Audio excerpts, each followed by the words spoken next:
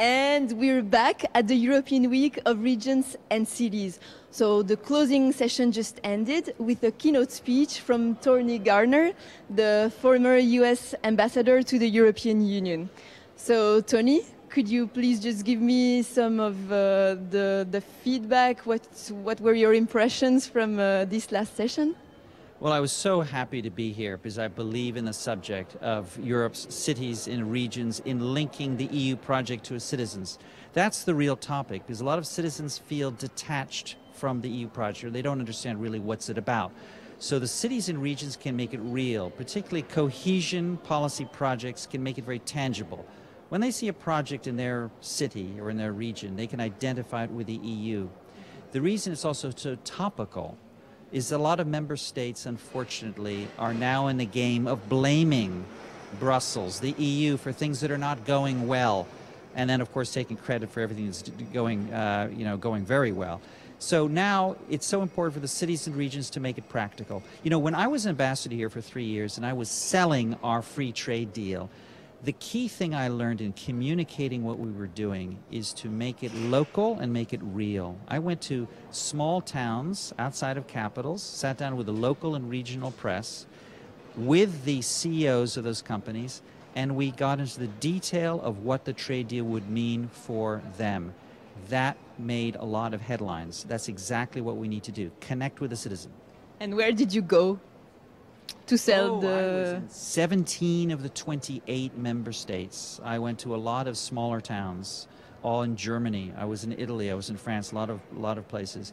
And so really connecting to the citizen. And the EU is doing a lot of good work. The Committee of the Regions is doing great work, particularly on social media, in explaining to people, often through video clips, short movies, often with humor, what the EU means for them on the local level.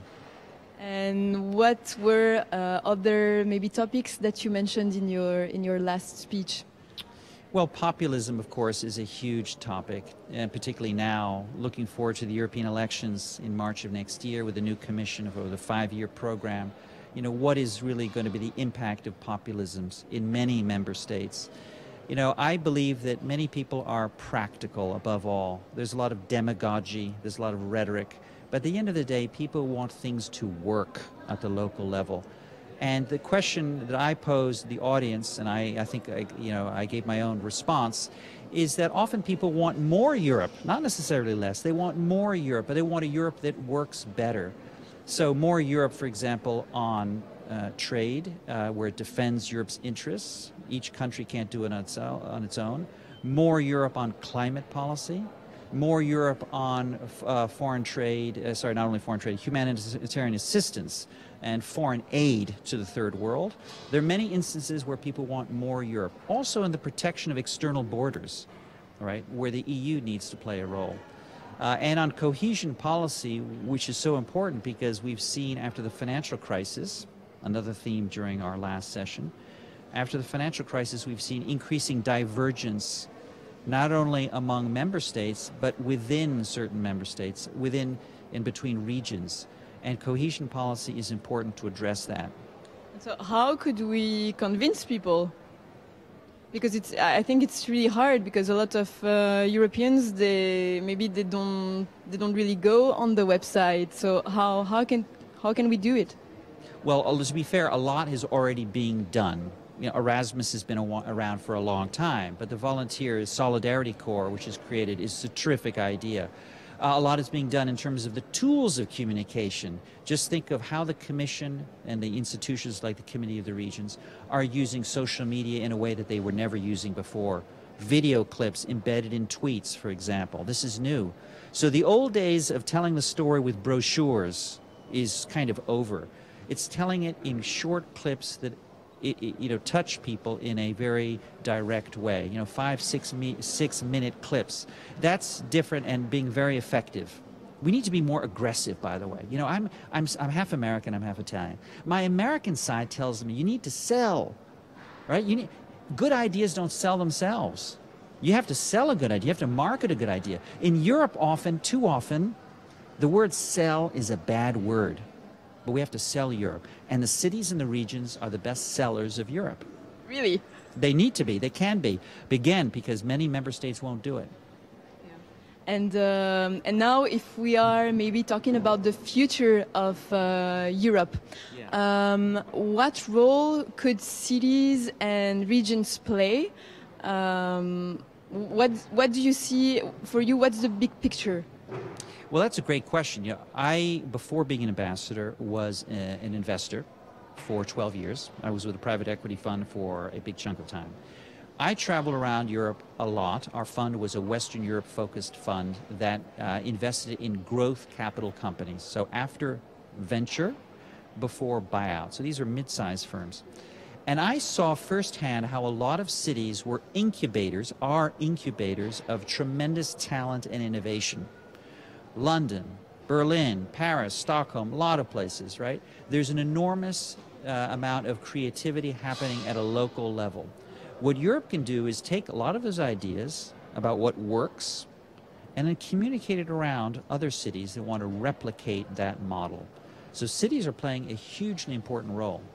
I should also add, sorry, on this issue of how cities can be partners. Now, in climate change, cities are hugely important partners of the EU in meeting Paris climate goals. By the way, on both sides of the Atlantic. You know, in the United States, even though the federal government has decided to withdraw from the Paris Accords, cities like Los Angeles and New York and many other big ones are saying, no, we are going to meet our commitments. We're going to meet our commitments under the Paris Accords. In Europe, cities are stepping up to the challenge into reducing emissions, smart cities, making sure that electric vehicles can circulate more easily, that they can be compatible with electricity grids and so forth. There's a lot that's happening at a local level that's hugely important. So do you think that if people don't agree with their actual political government, they can do something about it? They can protest in a way? Oh, for sure. Well, all of the polls that I've seen that are out there show that people trust their local governments more than they trust their national governments. And they trust actually the EU often more than they trust their national governments. But particularly local governments are doing better in terms of getting the trust of the voters. So that is a very important tool to connect Europe to the voters. And yes, one of the themes that we were talking about here is that change is possible. Change is possible on the plus side, but of course on the negative side. I've lived through this so many times in my life. I cited one example in that room.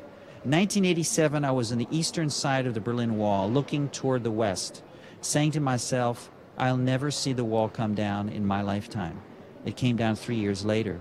Change is possible, but you have to fight for it. That's the real message. You have to fight for it because nothing is certain. And as Barack Obama keeps saying in the United States right now, you don't be depressed, vote. Don't complain, vote. People have to vote for the change they want, particularly at a local and regional level. And do you think that young people can also play a role? Do you think that now with all the tools that they have that maybe they didn't have before, is it easier for them? Well, it's easier and harder. It's easier for all the reasons we know. You have access to basically anything. I'm now trying to write a book on US-EU relations. It's amazing what I can find on the web. Anything. Everything's public. So that's great. When we were growing up, it didn't happen, obviously. But it's much more complicated because it's hard to filter. That's the big challenge all of us are having. Who's going to act as the filter? Because many people don't feel that they have the tools to understand what is a reliable source, what's not a reliable source. So we bear more responsibility as individuals as well to exercise judgment about what we are reading and what we retweet or what we communicate to our friends through Facebook.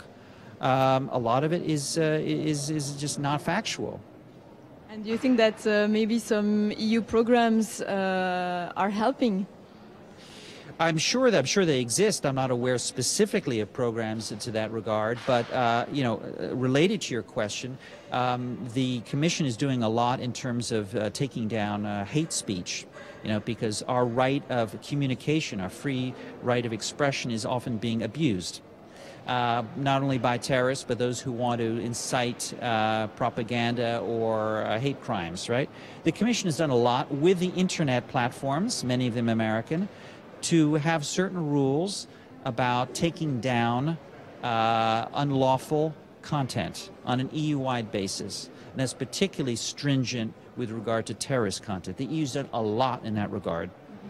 So, talking about terrorism, so we talked a lot about regions and cities, of course, but now if we had to talk about the European Union in general, what do you see its role in the world? Because there are so many conflicts going on.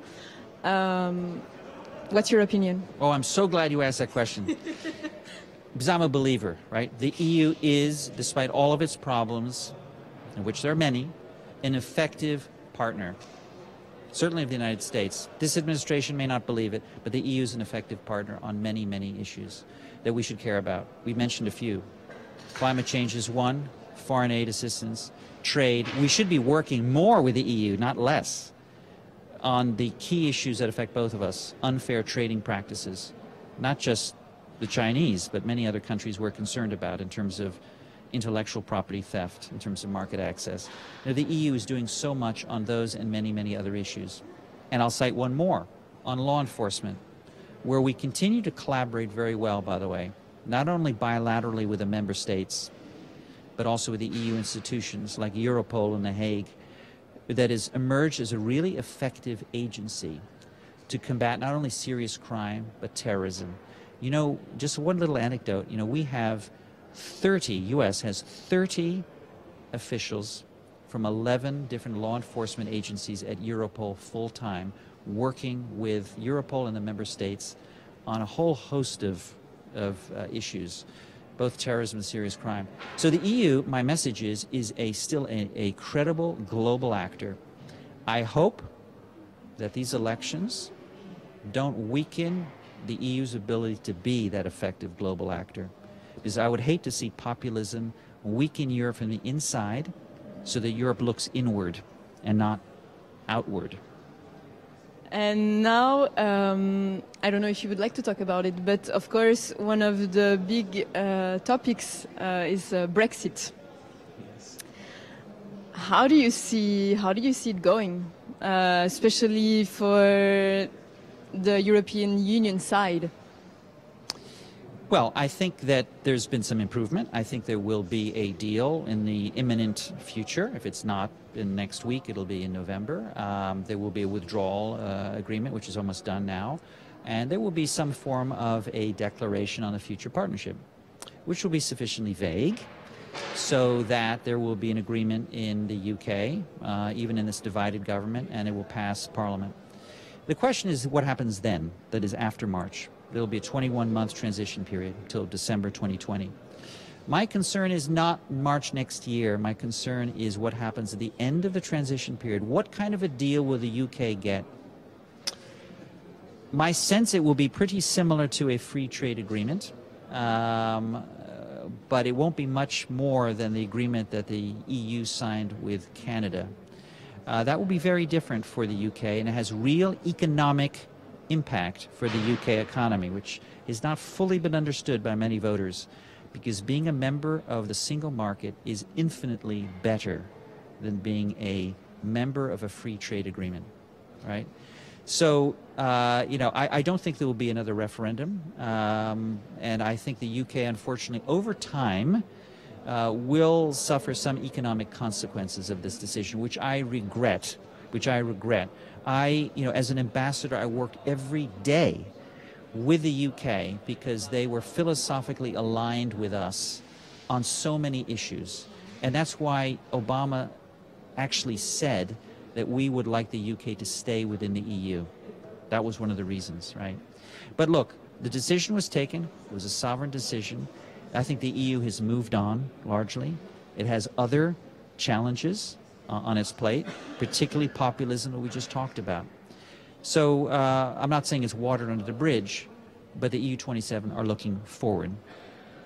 And do you think that the financial crisis of 10 years ago had an impact on what we are living today? Oh, well, of course, sure. It lasted much longer than in the United States. I lived through it firsthand. You know, I was in a private equity fund in the years of 2008 7, 8, 9, and I was in a fund where we were trying to save some of our assets, and traveling around Europe over those years, I saw the impact. Some countries have never really recovered. I spent a lot of my time in Italy.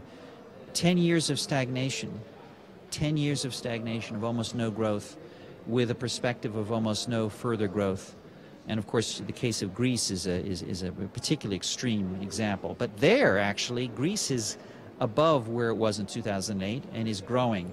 Italy remains at almost no growth, and that's really disturbing because you have a whole generation of young people who really have lost hope that things are going to get better. And hence, they vote for parties that say, we want to break the system. We're just going to break the system. But do you think that the voters are young people? Not just, you're absolutely right, not just young people, but particularly in pockets of higher unemployment. I'm talking about, well, southern Italy in this case, who voted for the five-star movement overwhelmingly. The view was, we've lost hope, the system doesn't work, and there's no way we can fix it. We just need to break it. Right? And I can understand it. I sympathize. I do understand it. Podemos in Spain was the same thing. You had similar movements in almost every European country that was suffering from the crisis. The problem I have is that you need solutions. It's not good enough to say, I'm just going to smash the system. Right? You need actually to bring concrete solutions. And again, back to our theme, cities and regions actually can do that at a local level. And do you think that, because we talk a lot about migrations, but, what I think is that soon we will see also migrants because of climate change. And do you think that the EU is preparing this? Oh, of course they are. Sure, it's almost the top of their agenda. It's been for a while. But, there's also good news. It's not just bad news. It's not just a story of a threat to Europe's survival, right? The good news is that the Commission has played an important role in bringing the numbers down, because clearly Europe cannot go through another wave of 1.2 million refugees arriving in a year. So you look at the numbers, they've come down dramatically from Syria, Turkey, and also from Northern Africa. So that's a success. It's holding. The second big success that people don't talk enough about is the success of Germany, for example, in finding work for recently arrived refugees. Much better than in the past. In those couple of years, I've forgotten the percentage, but a significant percentage of newly arrived refugees are now working. That's amazing. So congratulations to Germany in doing that. The third reason why it's also a good story, not just a story of a challenge, is that there's a demographic problem in Europe today. People don't want to talk about it, but there are a number of countries, Italy being one of them, but there are others, where the age pyramid is inverting very quickly. So you're going to this, very few young people supporting many, many more older people. And you can convince people to have more children, but it's not always successful. So what's your message exactly? Well, one of the messages is that I'm joking. Europe does need immigrants. And as you were suggesting, immigrants are going to come. They're just going to come. The question is controlling the flow of those immigrants, making sure they get allocated to the countries where they can be productive citizens of society. There are some member states who simply don't want any. That's been very clear, right? But Europe is beginning to have a more coherent policy about immigration, which is good. Well, thank you very much. I think we covered a lot of topics today.